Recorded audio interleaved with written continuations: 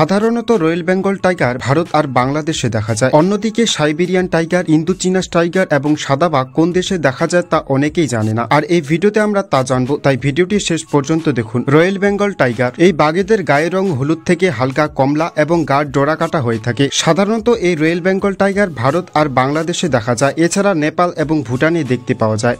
Siberian tiger এই বাঘেরা শীতল তুষারযুক্ত অঞ্চলে বসবাস করে, আর এরা কোরিয়ান বাঘ, আমুর বাঘ নামেও পরিচিত। সাধারণত এই বাঘেদের রাশিয়া, চীন এবং কোরিয়াতে দেখা যায়। ইন্দোচীনা টাইগার এই বাঘেদের পুরুষ বাঘের ওজন প্রায় 331 থেকে 430 পাউন্ড পর্যন্ত হয়ে থাকে। সাধারণত এই বাঘেদের থাইল্যান্ড, লাওস এবং মিয়ানমারে দেখা যায়। সাদা বাঘ এই সাদা বাঘেরা দেখতে রয়্যাল বেঙ্গল টাইগারের মতোই, তবে এই সাদা বাঘেদের সংখ্যা পৃথিবীতে অনেক কম। সাধারণত এই সাদা বাঘ মিয়ানমার আর নেপালে দেখা যায়, এছাড়াও ভারতে দেখতে পাওয়া যায়। তো আপনারা কারা কারা রয়্যাল বেঙ্গল টাইগার পছন্দ করেন তারা কমেন্ট করে জানান। ভিডিওটিতে একটা লাইক করুন এবং চ্যানেলটি সাবস্ক্রাইব করুন।